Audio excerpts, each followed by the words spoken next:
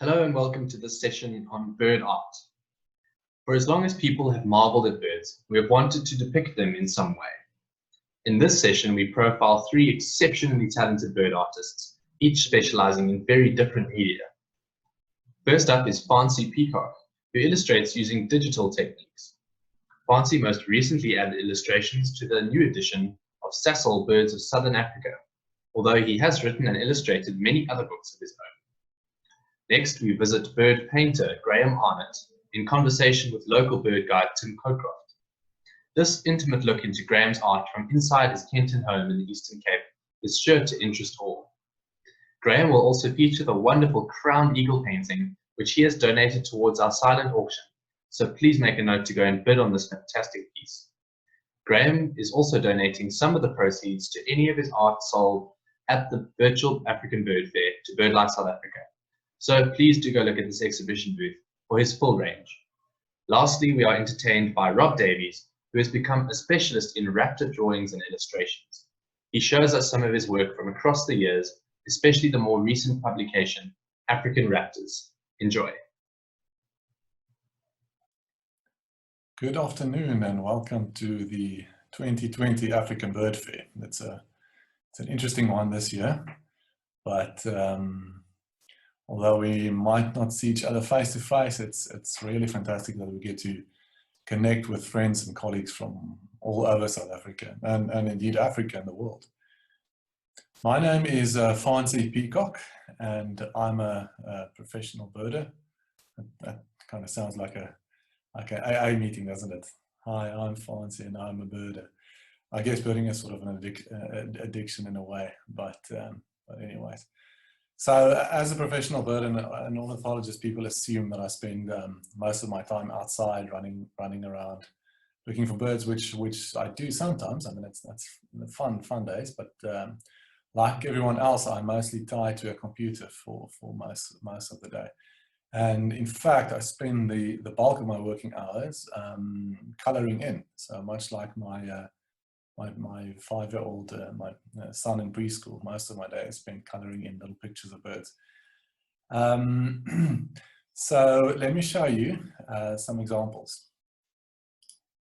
Okay, so really, I think most artists will agree that becoming a good artist is actually more about becoming a good observer. So back before I had kids, when I had more time on my hands, I used to keep these very detailed journals, all the birds I saw with me, interesting things that I noticed and so on. And really looking at things in super detail. And this way, developing a feeling for the bird and so on. So when I illustrate something, I really find it much more difficult to do a proper job when it's something that I'm not familiar with, a bird that I haven't seen before. This is the widest book that I did a few years ago. And for this, I took a lot of time to get things right. As you know, widers are difficult to identify. So the sort of almost forensic level plumage details have to be perfect. This is a nice painted snipe, one of the more colorful waders. But I mean, drawing something like that, the one in flight there, I mean, that's half a day easily. So you know the story about 10,000 hours. So I don't really consider myself to be a naturally talented artist. People are always asking me, about training and that sort of thing. But really, it's just I'm just a persistent boss that I just keep at it until it looks good. So yeah, so all these little fine details, drawing these beautiful golden spots of the painted snipe. What was nice, also getting to draw some other things, some mammals and landscapes and so on. So it was very satisfying. Then after that, the next project I launched into was this kids bird book, which was the fully fledged field guide for kids. So it includes all the South African bird species, so excluding some rare vagrants and that. So we're talking about 720 odd birds. And initially the plan was to do cartoon style illustrations like this dragon on the right here, to do very simple blocked colors and dark outlines and so on. I did a few of those, but then the project sort of progressed a little bit and I ended up redoing these early ones. So they sort of morphed into something like this, which you can see looks a bit better in terms of proportions and the colors and the shading and so on. Recently, the team at Strike Nature have roped me into to do some nightjars and seabirds for the new Sasol book. And I'll tell you, doing something like this European nightjar, you know, you see a nightjar, you think it's just a grey brown thing, but I mean the plumage details on this thing is incredible, so intricate. All these little markings. These were a little bit more fun. The pendant wings, such a gorgeous bird. I must make a plan to go and see them again. And then, yeah, like I said, also the seabirds. So again, here the problem was that I've seen a good selection of seabirds, but certainly not all of these species that I had to illustrate. So then you have to rely on reference material, photographs, and video clips and so on. Okay, and then I've branched out a little bit. So Lynx Editions in Spain, they got me to draw a whole bunch of bats for them. These are little myotis bats. Some are quite colorful. Here the problem is more actually getting reference material and getting information on how these things look. You know, some of them are so cryptic they haven't been seen in hundreds of years. Or you know, there's only one specimen sitting in a museum drawer somewhere.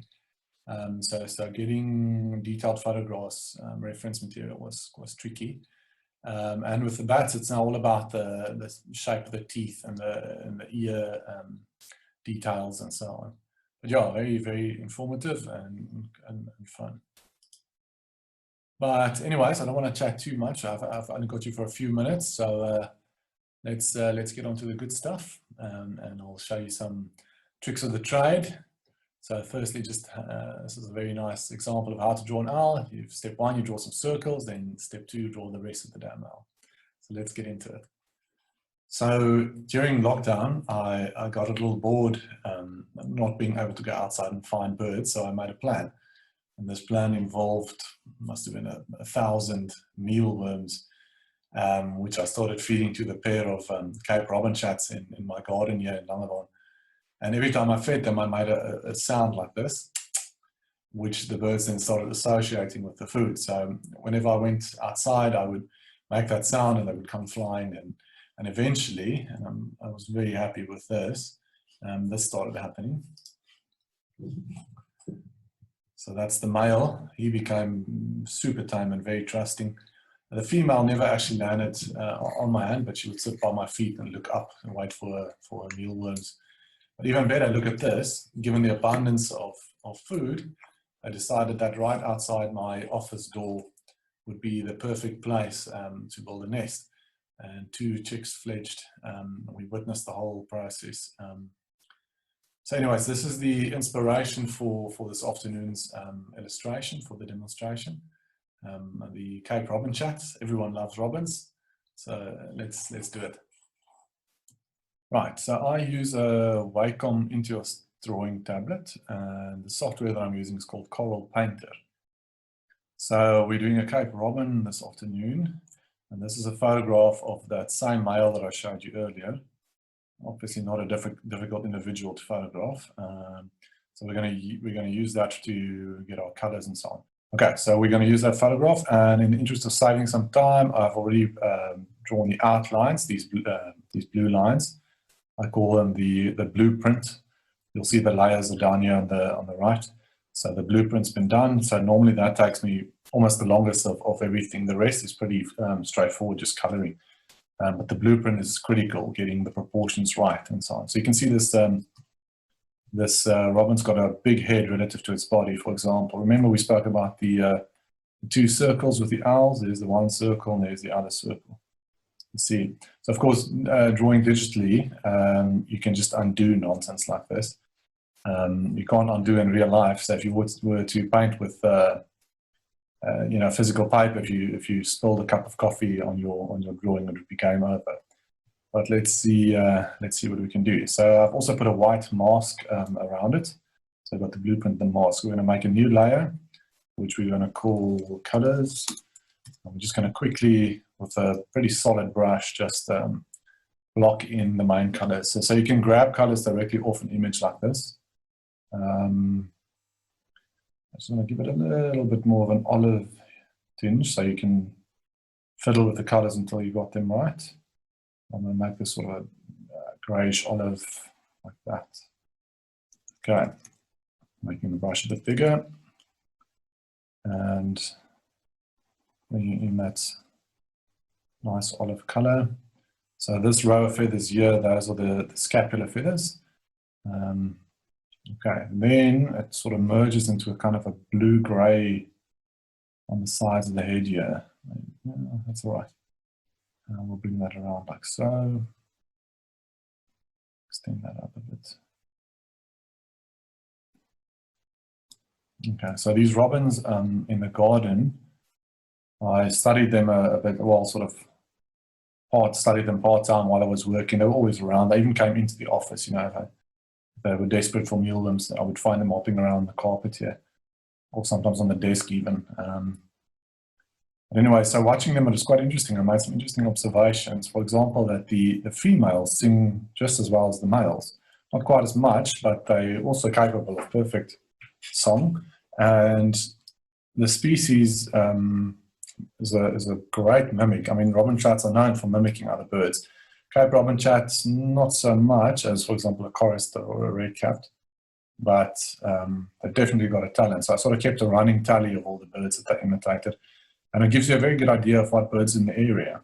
30 species that these guys imitate, just as one pair. I wasn't always sure whether it was the male or the female singing, but really a pleasure to listen to. You know, the song, it always starts with the same note. It's like they're reading a shopping list and they need 2 of everything. So it's like 2 dozen eggs, 2 loaves of bread, 2 bottles of milk, something like that. Sorry, singing is not one of my talents. Okay, I'm getting distracted. Let me focus on this a bit. I quite like doing these art demonstrations because it doesn't require much talking from my side, at least not educated talking, a lot of rambling. And I just need to remind myself to keep my mouth shut. I mean that in the literal sense, not about the talking, because I find that when I concentrate, my mouth hangs up. Okay, so we're getting the basic colors in here. That's got that nice pale orange on the underside of the tail. Okay, the rump is a nice bright orange. Well, strictly speaking, these are the upper tail cover. It's not really the rump. But anyways. Okay, now that looks all right. Let's do the tail. I don't think that color is right. It's better.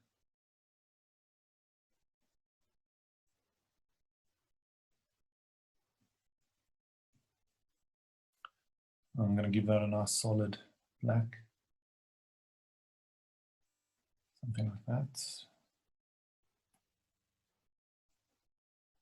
So the software's got all sorts of different brushes that you can use. It's a bit overwhelming. I mean, there are hundreds and hundreds of brushes. But I found the couple that worked for me and I sort of just stick with them.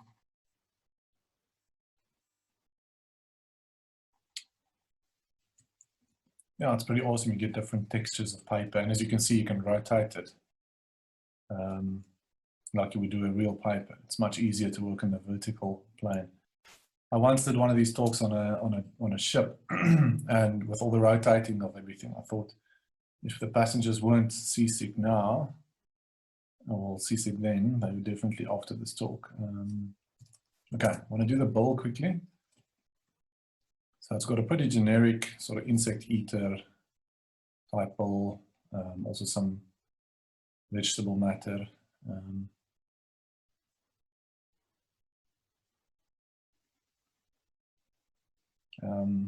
Around the cutting edge there, and also around the nostril.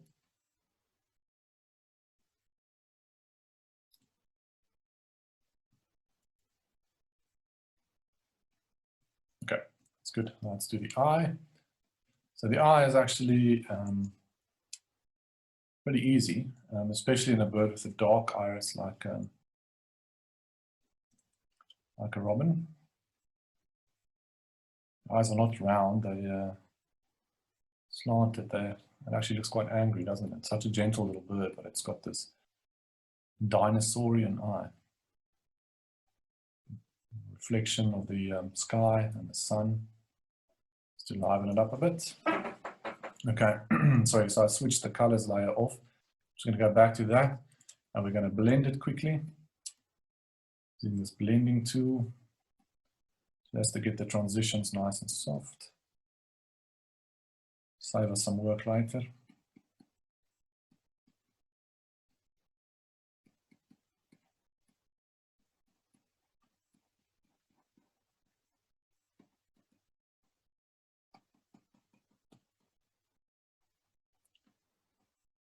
Okay, so we've got the basic colors in there. Now let's do the wing quickly. Wing base, same color as the tail. We're going to be starting with a darker underlayer and then building up lighter layers on top of that.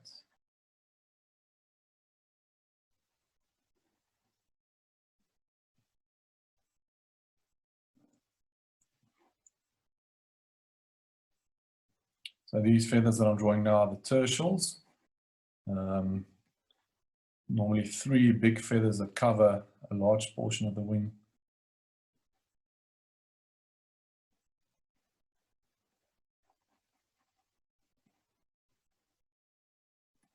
Okay.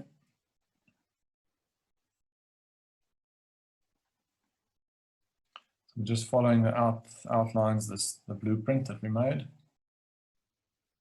The bottom edge of the wing is pretty much a straight line.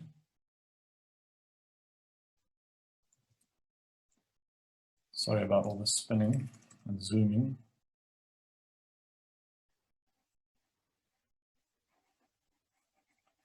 Okay, so this section that I'm doing now is the primary projection. So that's the distance that the primaries stick out beyond the tertials. Okay, now let me just do this top wing quickly.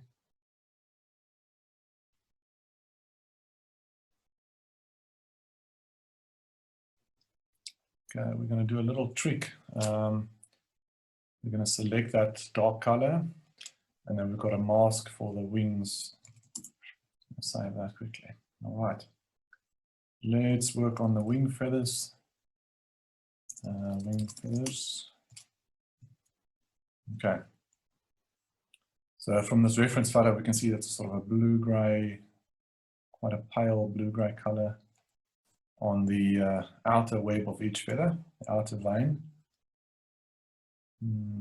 Let's do it like that. So as I explained earlier, the sort of technical details, knowing the anatomy of a bird and the morphology of a bird is essential if you want to do a scientific illustration. But I mean, don't be put off by that if you just want to. And from an artistic perspective, it's not that critical. Okay.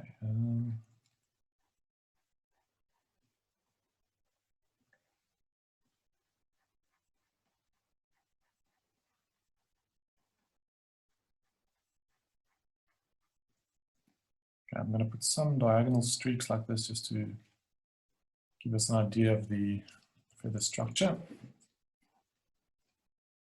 Not 100% happy with the color here. Okay, let's bring in a highlight just along the edges.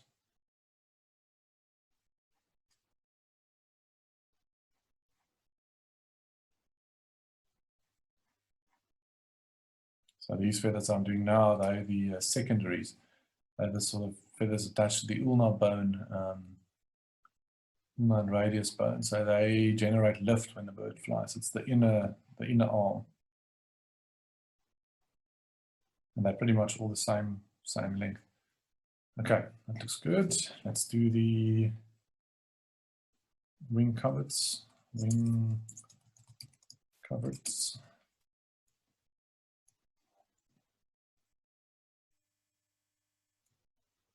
Right, so these are the greater wing coverts.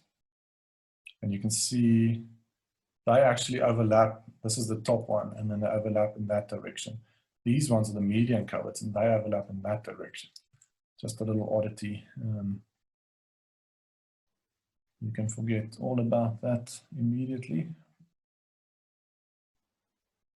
Right, for an artist like me, that's a pretty critical little thing. And it's different for different families of birds.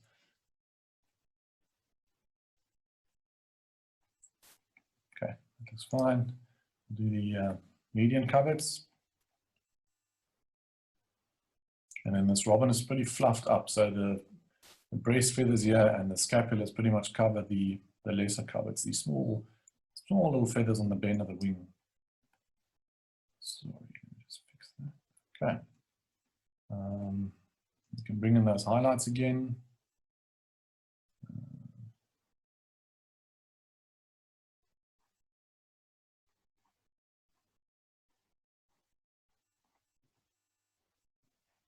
Right.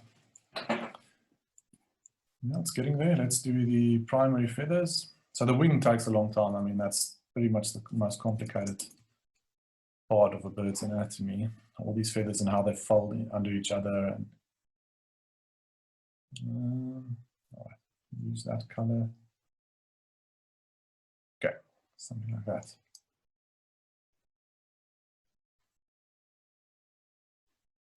Drawing these straight lines is a pain.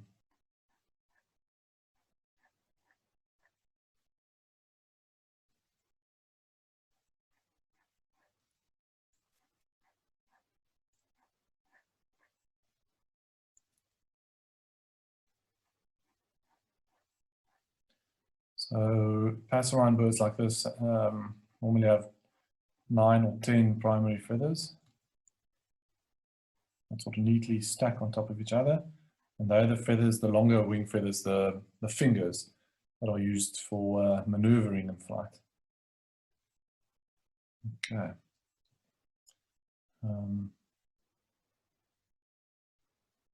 So birds have, most birds have some imagination on the outer edges of the feather. We're just going to suggest that right about here with a little bit of black, like so. Right. You should be able to see a small sliver of the primary coverts right about there. And then this big feather is the alula, which is attached to the thumb bone, and that's used to prevent stalling when the bird's flying at low speed. Okay, I think that's pretty much that for the wing.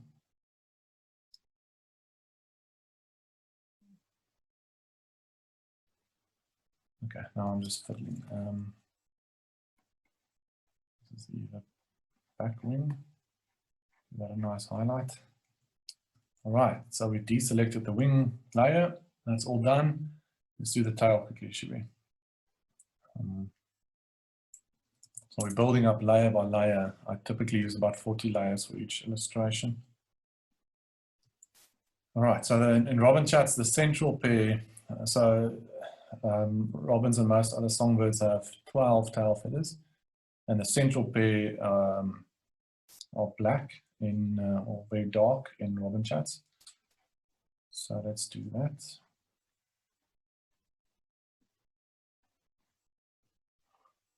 And then the rest are orange, nice bright orange.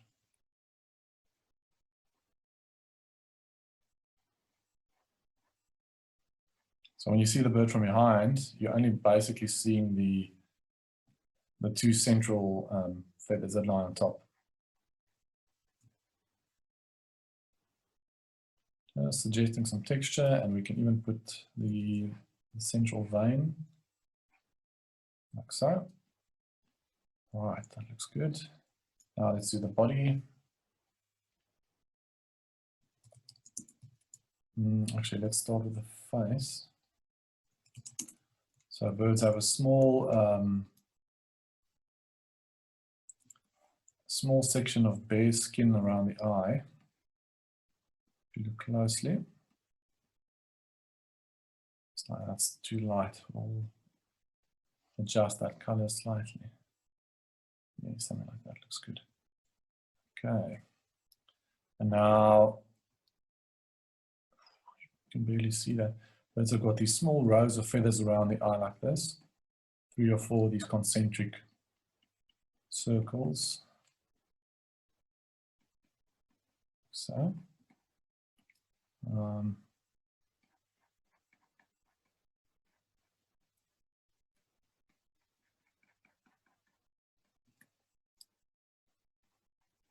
These are the ear coverts. So the bird's actual ear is about there. It's just a hole in the side of the skull. But it's covered with feathers, so you can't see the actual ear opening. Sometimes you can if the wind blows just right.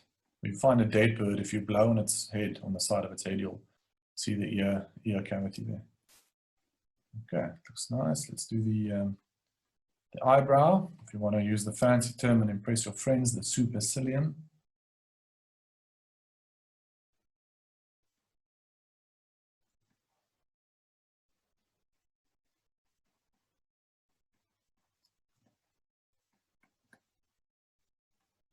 Getting dizzy. Okay. Let's add some shadows here just to indicate feather texture. No, that's shaping up. I want to add some darker feathers here. That's fine. I'm just going to move this layer up. Okay. So these are the scapulars, scapular feathers. Often very pronounced in big birds. And they tend to obscure a large part of the wing in groups like waders. When you look at it, you're basically just seeing scapulars. They've got 5 rows of scapulars. And this bird, the robins have only got a single row.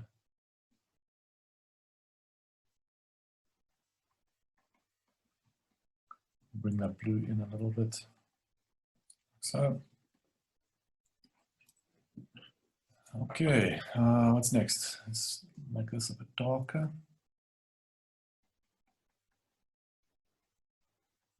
So we've got 3 or 4 rows of parallel feathers running down the back like so.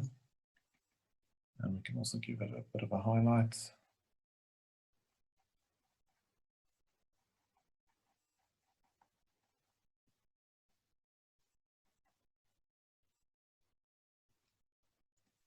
Okay.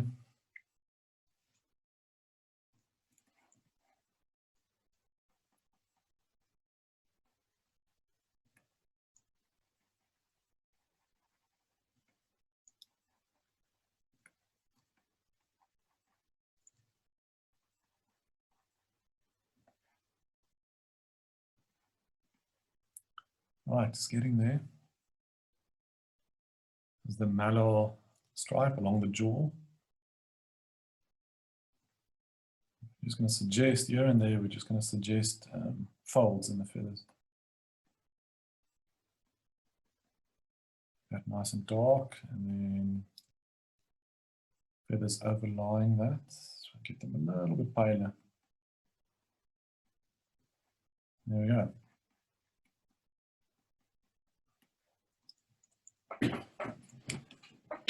Okay, I guess we should do the legs, eh? So pretty much black.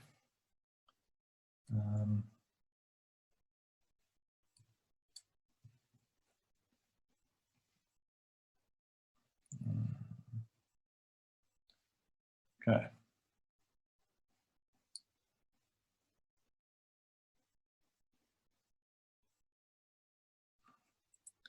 The feet are also quite complicated to draw. One of the reasons being that the different toes have different numbers of bones in them. So they bend in different ways.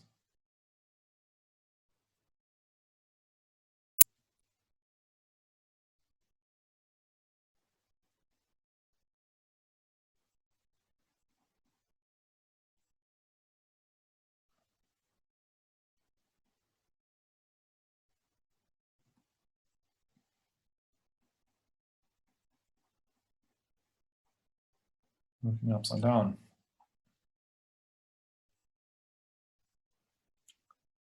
Okay, we're going to make the claws a bit darker.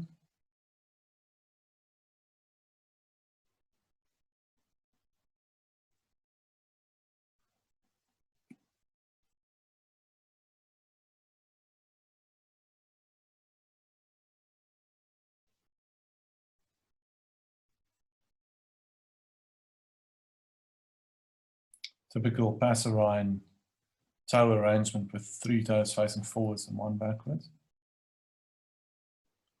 I'm not going to overdo the scales, that's a whole can of worms.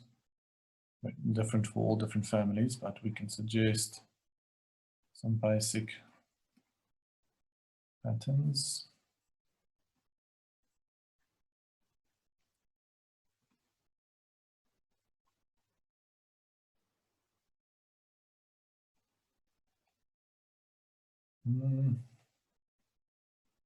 Should we go in a highlight?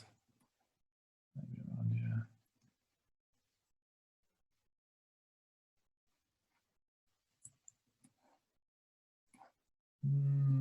Yeah, looks all right. Just want to add some black here. So this leg is basically in the bird's own shadow, so we're going to make that a bit darker. Okay, almost done. I'm going to add the main shadow, and I'm going to reduce the opacity of this layer a little bit, and then just make a nice soft shadow. Easy to overdo it, so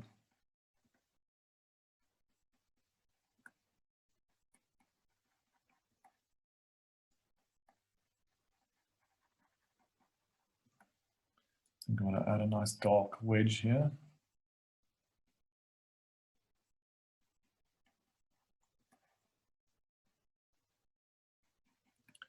Add some texture.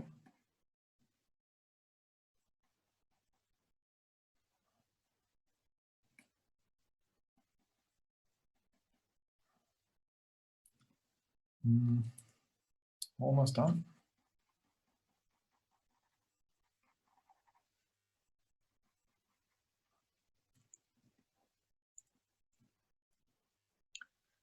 This feels like it needs something around here. Huh?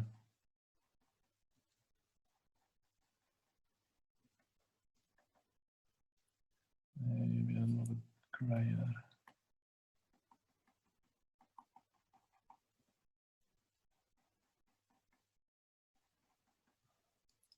Okay, I think that's good. So now we're going to take away the reference image. We're going to remove the blueprints. Now that the blueprints are gone, I think I must just add a hint more shadow here, just to define that edge a bit. There we go. Looks good. Oops, where's it gone? There we go. Just for fun, we can give it a bit of a shadow.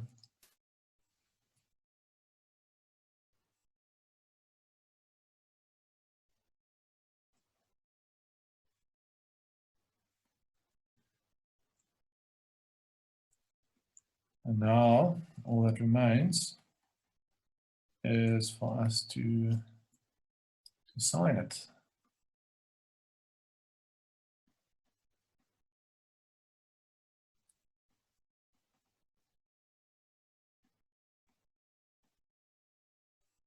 So there we go. Okay, problem chat.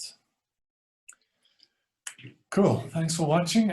Enjoy the rest of your day. Enjoy the other talks and presentations. And hope we'll see each other next year.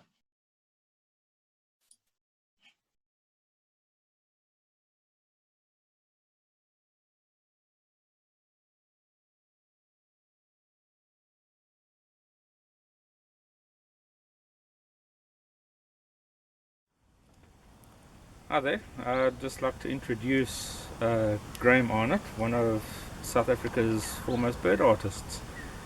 And you'll find out quite a bit about him. And why don't you just introduce yourself?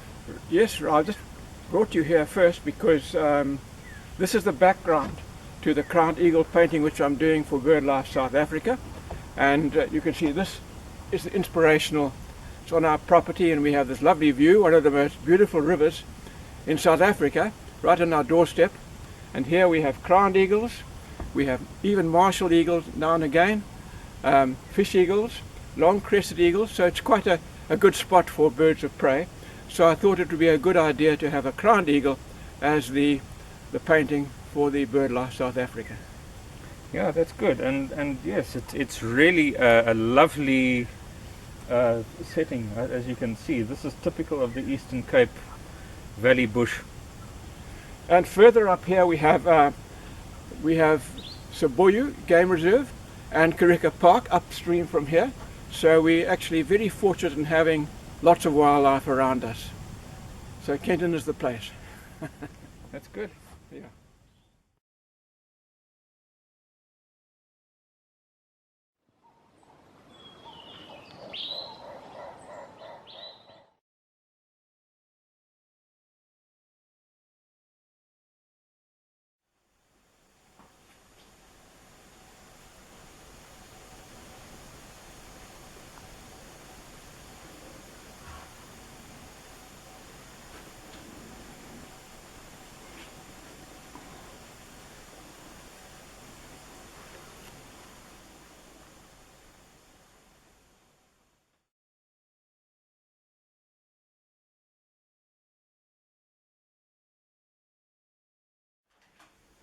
Grant, what medium do you use, and how did you get started? Well, I think my preferred medium is watercolour or gouache with a bit of white to get the detail. But when I get bigger paintings on canvases, I use acrylics because I'm too impatient for oil. It takes too long to dry. Yeah. But I think watercolour for birds gives that sort of loose, that light spontaneity which you need to get. And how did you get started? Well, I started off, you couldn't earn a living by art, especially as I hadn't any art background. So I started off teaching geography for 10 years, and then I met David Reed Henry, who was the British bird artist, and I then worked with him during one Christmas holidays, and he helped me with all the technique. And so that's how I really, and after that I started selling paintings. That's how it all began. Ah, that's awesome. Now, why don't you tell me about which books have you illustrated? Well, I started off by doing educational books in what was then Rhodesia, and since then I've done the Birds of Prey Southern Africa, Peter Stein's book, which was really my first big project, and that really probably gave me more publicity than any other book. I've done other ones as well, like the shrikes of Southern Africa and the robins of Africa, in addition to other part illustrations like the black eagle and other ones like that. Okay. And Roberts. And of course the Roberts. Yes, the Robert 7. They had a panel of 5 artists, and I did most of the passerine birds, a lot of the passerine birds for that. What concerns you about the future of our planet? Well, I speak as a Southern African, and I think the biggest threat is the burgeoning population without the backup of education and medical facilities, and I think it's not sustainable the way we're going. And I think we live in one of the most beautiful parts of the world here in Southern Africa. Agreed. And I think it's a heritage that should be protected. Why are you supporting BirdLife South Africa and donating a proportion of the sales of your paintings? Well, I think BirdLife South Africa is one of the few examples of excellence in South Africa. You have so much in terms of corruption, and I see BirdLife South Africa as a beacon of hope for the future. And I think it's a worthy cause. If you're keen on your natural history and your habitat, I think they're doing a great job. What is your favourite bird? Tim, that's a very hard question because the cliche to say the one you're working on at the moment, but in actual fact I quite enjoy the small passerines, although the birds of prey, and I'm also very fond of night birds, owls and the nightjars, so it's a difficult question. I've got lots of favourites. but probably the paradise flycatcher ranks quite high, and of course the barred owlet. Okay, good. And how long does it take you to produce an artwork? How long is a piece of string? It all depends whether you know the bird, whether you research the bird. A lot of the work goes in behind the scenes, like for instance, for most of the large eagles I have over the years developed anatomical drawings, scale drawings of them, and all this is something which is accruing knowledge. So it's very difficult to say how long a picture, because it starts way back with all the research. And I travel as much as I can to and sketch birds from life, because that I think is the real key to being a bird artist, is to know the birds in their natural habitat and try and depict them as live birds from the field and not just as museum specimens. Yeah. Okay. Thank you for the interview. Pleasure, Tim. Pleasure, and I hope it does well. Thank you.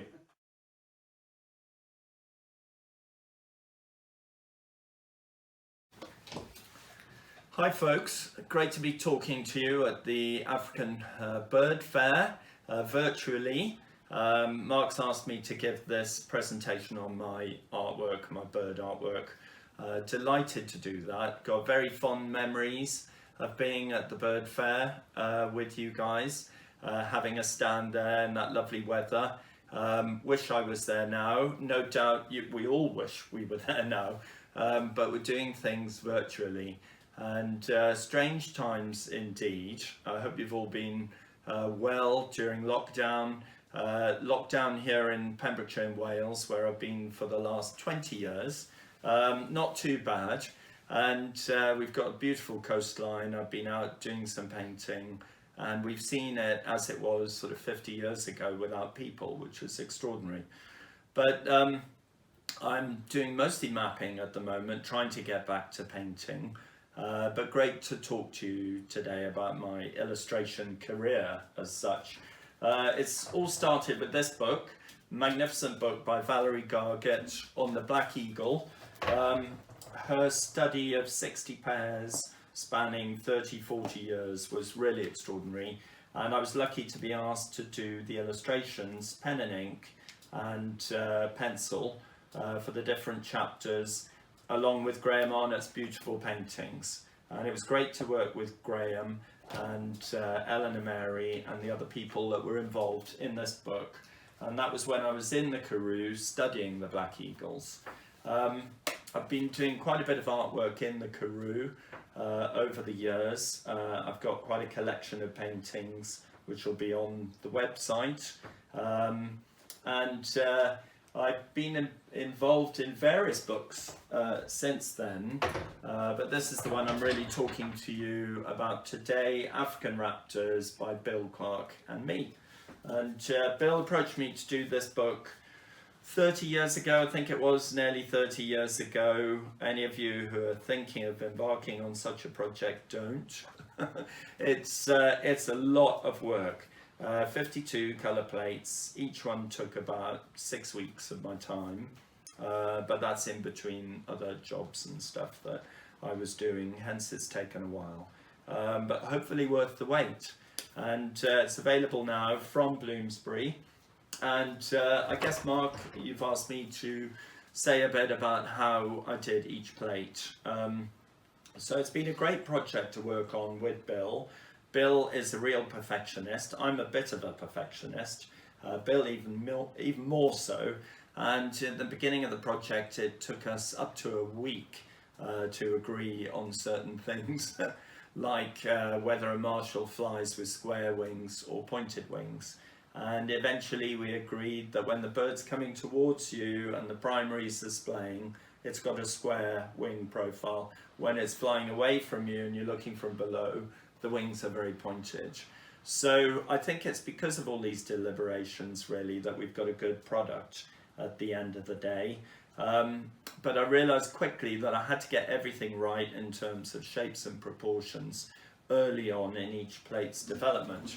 So what I did is I did the early work in black and white in pen and ink, scanned it, put together a composition that was pleasing on the computer, and then sent this across to Bill. I think we're using fax at one stage, but no, a lot more electronic since then. So Bill would come back with feedback on feathers, on the positions that we chose to illustrate the different characters, and on the shapes and proportions. So I was able to get that right before I went on to the painting stage. Going on to the painting stage, I'll transfer this, trace it in pencil on a light box onto really nice watercolor paper, and then I would soak that for a couple of hours, and I would stretch it on a board like this, where you hammer in these rubber holders around the edges, let it dry, and it provides you with a surface that's really nice to apply paint to, that takes a lot of detail and a lot of work. So that was the process, and the end result are all these plates in the book. This one is black harriers, African marsh harriers, and what I did is I first of all signed the work, so I didn't make any accidents with that at the end, and then I did the habitats of the birds, and to me the habitats of the birds are very important because they tell you where to expect them, really, and it's the loss of these habitats that is affecting these birds so much across Africa. So we started an ancillary project called the African Raptor Data Bank, gathering data on where we were seeing these birds and modelling these environments to see how much space the birds have got left. The Peregrine Fund really liked that project. They came on board and they funded the development of a free mobile app. It's called the Global Raptor Impact Network. You can get it on Apple or on Android. And please do, because very easy to use, and you can contribute data to understanding how much space these birds have got left.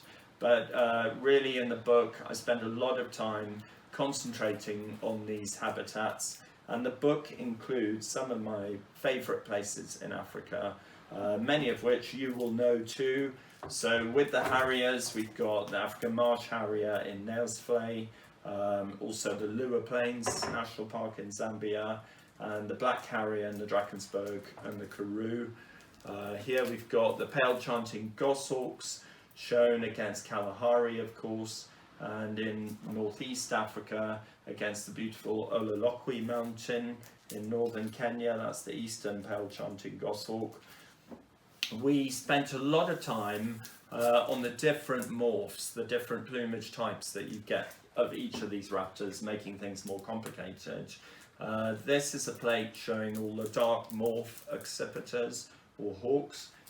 We've got Gable goshawk, Avambo sparrowhawk, African goshawk and black sparrowhawk, all in their dark plumages on that plate, just to show you the subtle differences to look out for when you see a black hawk like that.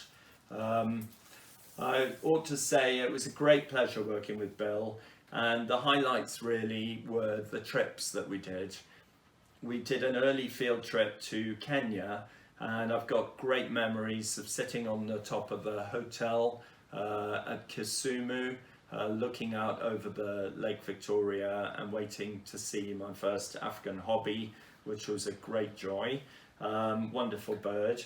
We went up into the Cherangani Hills, where one of the last places they've seen bearded vultures in Kenya, and there we found the mountain buzzard.